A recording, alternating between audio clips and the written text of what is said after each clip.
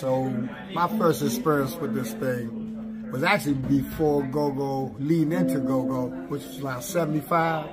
I was going to Kellermiller Junior High School, and John Buchanan was my music teacher at that time, which we all know now as JB, playing for the GoGo bands, which he was playing with Chuck Brown in the Soul Churches during that particular time.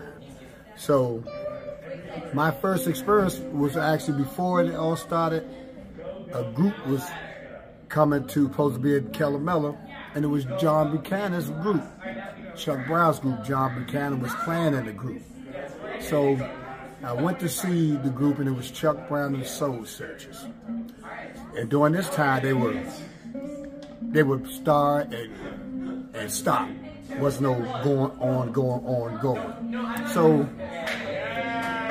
I was so psyched when I saw Chuck Brown. I was like, man, not knowing that one day I would wind up recording and being in his group, because that was like years later in the 90s.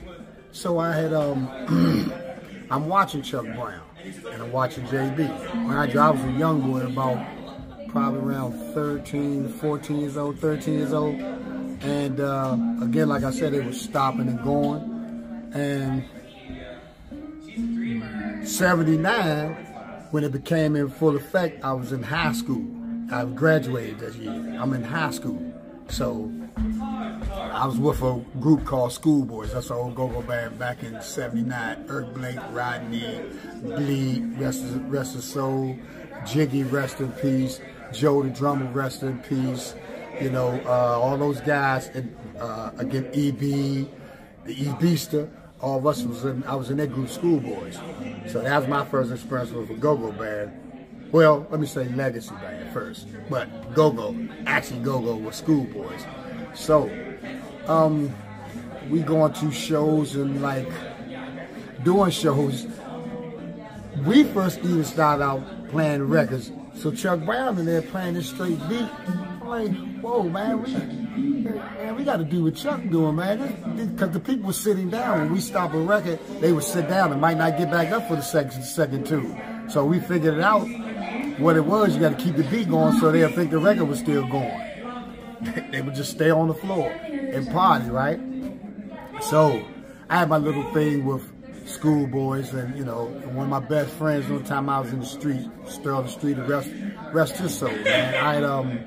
He was starting a group, but he had already started the band, which was called Mear Faces. And Rucker playing the bass, and then after Rucker, Hollywood, Randy, and later on was playing with Reds and the Boys after Lil Vincent Tab, Reds and the Boys, bass player. So I had he asked me to come play. So I said, who in your band still? He said, Young Boy Lee. Now mind you, these all guys came from Sugar Bear. Well, Sugar Bear even gave them the name for Mear Faces. They all came from EU, on EU Freeze. Ivan, not Ivan Golf, Ivan Williams, which Frog, singing. That was the singer. Yeah, Young Boy Lee, L-E-E, trumpet player, rest in peace. That's Ivan Williams, rest in peace.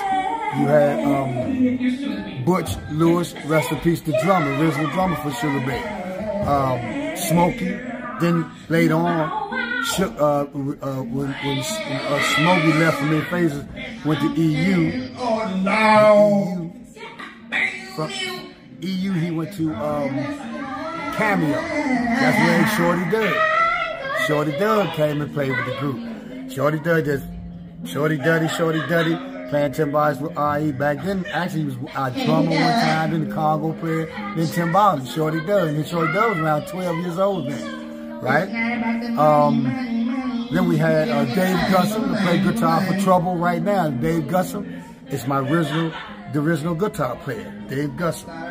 So, during the Mear Faces era, that part was the best band I had ever played with, man, because we were tight, and musicians, the cowboy musicians, man, they were the bomb, man. You know, my man Frog, I was talking about him, he had the Continental. He would come around, bring that Continental around to me. Mama, why are you driving Oh, this is my man Frog just bring the car to me. I just drive this car around, drive the big pretty car there with the burgundy interior, because that was the color back in the day too, burgundy and gray. And he had a burgundy gray. I said, but I need to use this car, you know. So Frog would always come and bring us, because he worked it in the cleaners on Nanahan Burroughs Avenue. During this particular time, era, it was called Dean Avenue back in the late 70s, 80, 81. Frog would bring his car, I would just keep his car, man.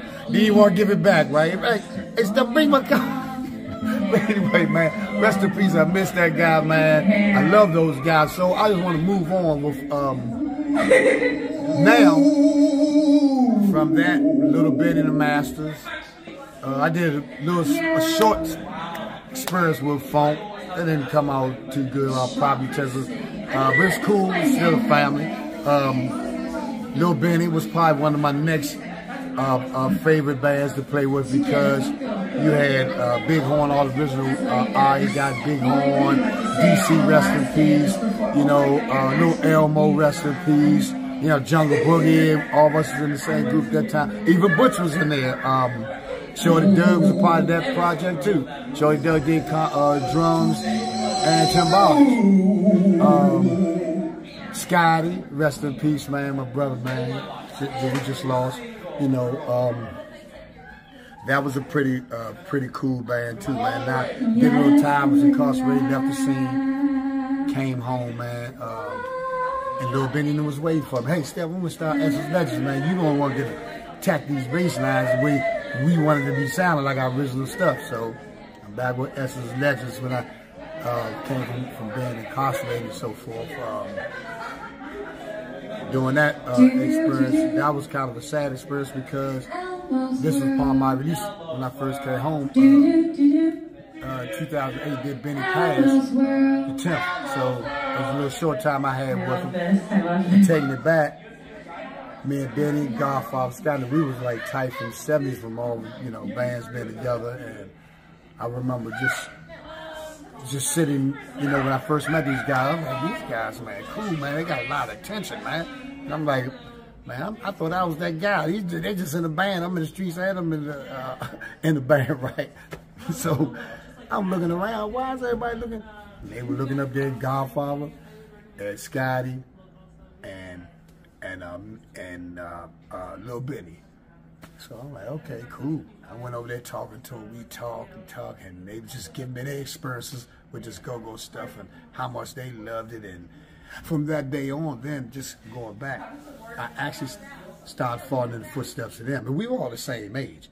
But, you know, they had Jungle Book, the new sound, the goon bops and everything, you know, the two small rototoms. So it came to a halt with the Chuck Brown sound in my book, because they had a new sound that was my age.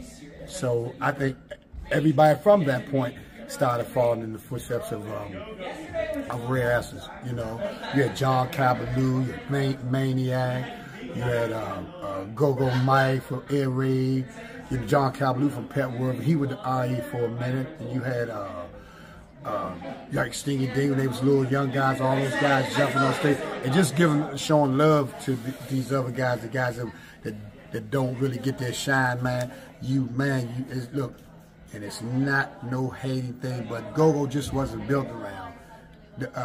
Chuck Brown, you know, he put the foot in there, he built the house. And now you got back, Northeast Blues Junkyard. So I'm fine with them, but you had hundreds of bands, hundreds of guys, man, that contributed and had a lot to do with this thing. Before groups like Northeast Blues Junkyard and Backyard, you had hundreds of guys, man, that's never spoken about. You know, and to me, that's terrible, man, and it's disrespectful. You know, so, you know, the problem is with this thing, man. These guys get a little piece of pie, don't want to share it. I'm not asking you to give me any of your money for your house note or whatever. Just break down like the rap artists. When they talk about Sugar Hill, you don't see Sugar Hill running. When they talk about rap, you don't see Sugar Hill running up and they trying to Curtis Blow. No, they pull their whole family, man, and make that thing a circle, not that square, man. I always talk about that square. Before we was calling jokers Bammers, we called them squares. Before we was calling them snitches, we was calling them squares. Before we was calling them Bammers, we called them squares.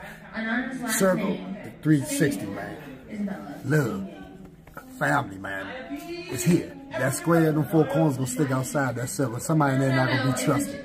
So at the end of the day, man, y'all have to show some love, man. I'm talking about everybody. You know who you are, man. You know, it's not just built around 3, 4, 5 groups, man. So now I take my experience from Little Benny now. The first go around came Elegance. As a matter of fact, I was doing that Misties with Chuck during this time. I said, Pop, this is 4 over here. This is 90 when we did the Going Hard album. I was like, Pop, you have to put some goombops in this because them people don't want to hear you. I mean, you can keep your original sound, but you have to have goombops, man. You know, so it took him a minute to give in, but that was the first song that he ever did. Excuse me. Well, goombops was the Mystics. He used Heartbeat, and that resurfaced Pops. Because I don't want to get into the details, the backgrounds and everything, because that thing was hurting for a minute. Because he started that new sound. Just like the Bounce Beat, they started that new sound. The Bounce Beat kids, they was going to school with those guys, man. So they was in there, fell in love with the Bounce Beat because they was in school with these Bounce Beat guys. It was their time and era. Same thing for R.E. They were in school with us. We were all the same age. So now we look at, man, this guy smacking these Goombas, these 2 small Congos, and they gonna back it up. Oh man, we gonna do them because this is the young thing, right? So Chuck kept his sound, Pop kept his sound, but he just had to change his percussion. And that's what I try to talk to all the youngers about now. Don't say that, oh, you guys, old people gotta get out of the way, because when I used to come out on the block, I mean, I listen to those old guys, man. I lasted longer. Listen to those old guys. I'm in my 60s now. And I've been around the world in 80 days. But you know what? I listened to those old guys and I made it through. So you can call yourself a gangster, but the gangsters are the ones that can live and come back and talk about what I'm talking about today. In fact, all the mobsters, they went in, the murderers didn't want to do no time. They told on Sammy the Bull, Risky, those hitting in. They was the ones that told on John Gotti and them, all the so-called gangsters. The real gangsters was in their hundreds sitting in court with oxygen tanks. So those are the real gangsters. The OGs are the gangsters, because I can live and tell you about how hot that stove is. I burn my hand on the stove. I don't just look at you and say, watching me go about the burn. He burned his hand. No, I let you know that stove is hot. That's our job here. So if I give you something about back in the day, about this music thing to the youngsters, I'm not shooting you down. I'm just trying to give you something so a lot of that stuff can make sense. Everything that we do has to make sense. So when you're doing the bounce beat, make sense of what you're doing. Don't just, kill it, brother, stomp him, cut his head off. No. Talk about how something positive while you bounce them around. Man, add a little Martin Luther King right in the place, baby. Malcolm X would have did like this, but just do what you can do. That's just me. Do what you can do to get these youngers to keep the violence off the street, because during our era when we was playing the college, our parents was like, what is that stuff? So we're saying the same thing to y'all. What is that stuff? But now, like, our parents had to make sense of what we're doing. Just because we say we don't like a certain job or the way something sounds, don't mean that we're hating. We're just giving you our opinion. All I hear y'all youngsters, oh, we need to get out the way. I don't care about what they say. You know, that's not fair to us. Like, it wouldn't be fair to you guys if we just, oh man, that stuff's stupid. No, I just say certain things about I don't like it. It makes the it puts people, you know, youngsters on the tip to kill and hurt each other, man. If you can do something while they're hype and get them to come down, like, you ain't got to talk about what hood he come from. I live from a block, southeast better than northeast. You're not doing anything. The brother, look who just walking in the door right here. There you go, kid. There you go, Kenny. That's my young man right there, one of the meanest drummers on the planet. It's not that we hate, especially myself. I'm not hating on it. I just say make some sense of it. You don't have to talk about your hood when you go to your hood. When you get pulled over in your car by the police, you think you give a damn about you being from Southeast, Northeast, or Northwest, or he care about what your religion is. He see how many Negroes he see in the car that what matters. Mm-hmm. I don't see nobody being born with a Southeast tattoo on your forehead, or Northeast, or whatever, or Washington, D.C., or whatever. So at the end of the day, all we say is just make sense of this stuff. And because when a person get hyped, they have a tendency of, you know, what's in their body, the liquor make them act out their natural feelings. So if you can put them in a humble feeling, if you can make them cry, you make them cry. Pray to say something humble to make them cry and calm down, man. Look at his brother as him. So not stand there and the caliber musicians.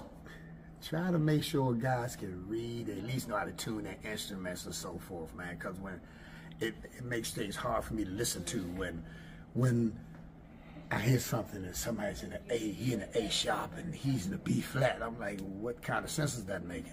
So this is what I'm saying when I say make sense of what y'all do. You know, whatever you do, hey, you can do the beat, boom, boom, boom, boom, boom, boom, boom, boom, boom. Everybody in the same key. Everybody's tuned up.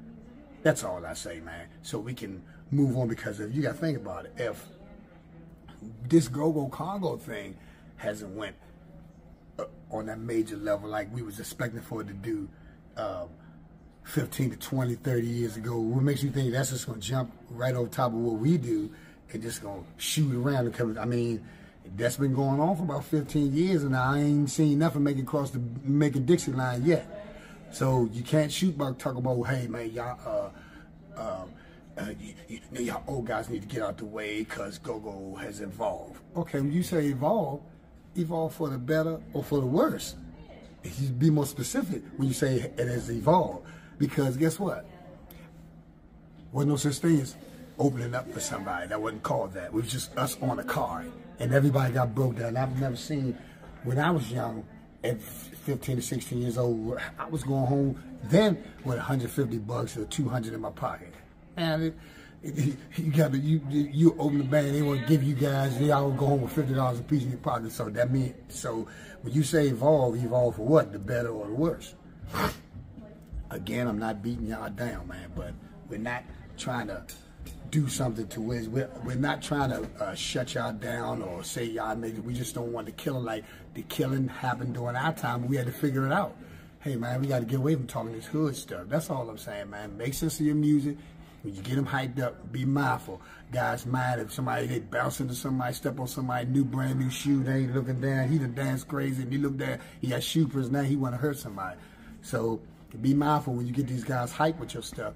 You got to figure out what you can say to him, this crowd, to calm him down. Not just, hey, y'all stop the count. No, hey, man, that's your brother right there. All right, get it. However you going to say it, man. Look over there to your brother, man. Look over peace and look. Figure it out. Y'all can do it, man. We're geniuses, man. Hotel, we the richest on this planet, man. So now, from going back a little bit, from Chuck Brown to Pure Elegance, we did. Matter of fact, I was with the project with Chuck during this time. When I went to see Pure Elegance, I was like, man, these little guys, Pedro Louis and Lamar and all them, man. Black Mike, KC brother for Junkyard. Him, the T-Bobs, all those guys was in Pure Elegance band. A lot of guys don't know from Superior Folk to Pure Elegance. So I saw these guys, I was like, wow. And then Scotty, he left RE. He was with Bennett. He was like, Steph, what you gonna do? Man, I'm gonna go mess with them young. I said, shoot, all right. So they told me to come to a show, and I went and saw it. I said, yeah, I like this. Outside of the young girls, because I have 4 kids out of this Pure Elegance deal, 4 daughters out of this Pure Elegance. I wound up 4 daughters from a Pure Elegance fan. So, putting in work. Yeah, still with them right there, right? So, I remember going in the studio and say, Pop, man, I'm gonna go ahead and deal with this little band here, because they like on the move. And I'm gonna go ahead and deal with this young stuff, man. For really, son? I'm like, yeah, man. So I'm gonna finish. We do this record and so forth, but I want to mess with this crowd. Okay, so I went there with Scotty. Rest in peace, Scotty. Just passed a few weeks ago. You know, brother, dear friend and brother, man. So.